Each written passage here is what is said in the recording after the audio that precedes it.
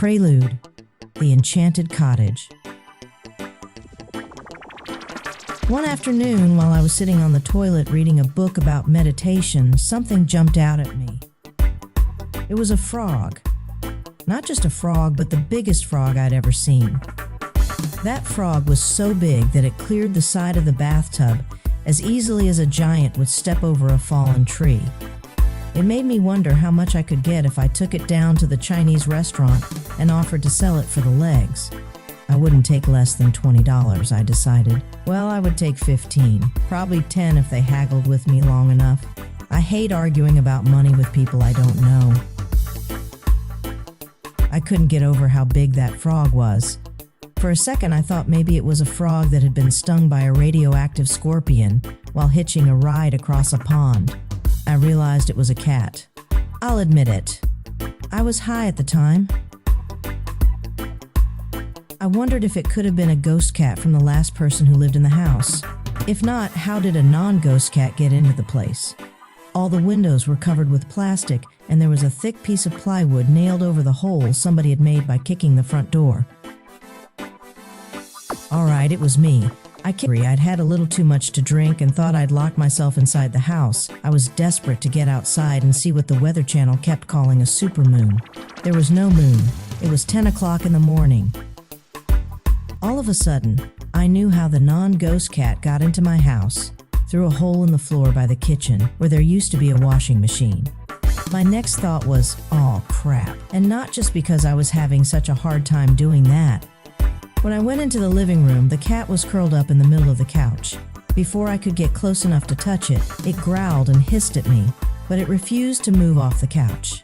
That cat hated me and let me know in a way that reminded me of my late grandmother's sister, Clovis. So I named it Aunt Granny, since I couldn't sit on the couch and was afraid I might never be able to get back up if I sat down on the floor. I left the house and started walking into town to a pet store on Leek Street called Touch My Monkey. I would need some cat things. Things not to do when you're high. 1. Grocery shop, you'll have nothing but snacks. 2. Open bags of Cracker Jack. You'll be finding pieces of caramel-coated popcorn and peanuts all over your couch for weeks. 3. Explain the Gong Show to a young person. 4. Crack hickory nuts to add protein to your diet. 5. Clean shrimp. Terrifying. 6. Challenge Pastor Keenan to arm wrestle for Jesus outside a liquor store. 7. Bemoan the hypocrisy of the religious right to ER triage nurse. 8. Try to describe to a bartender the tattoo you want when your bruised arm heals. 9. Ride with Little J on the interstate. 10. Challenge police officer to arm wrestle for Jesus. Little J will get a ticket for speeding anyway, and also your other arm will be bruised.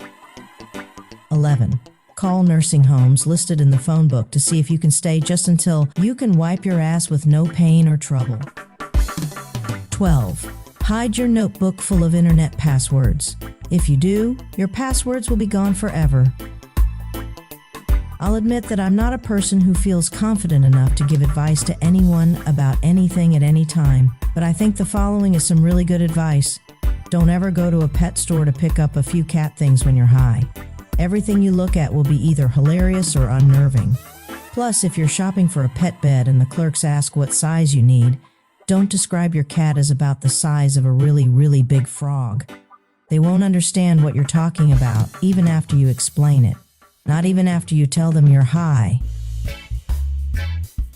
Though I announced I had $500 to spend, I was asked to leave Touch My Monkey empty-handed when I couldn't keep myself from crying over a package of Jingle Bell balls. They looked so harmless, but then they made that shocking sound.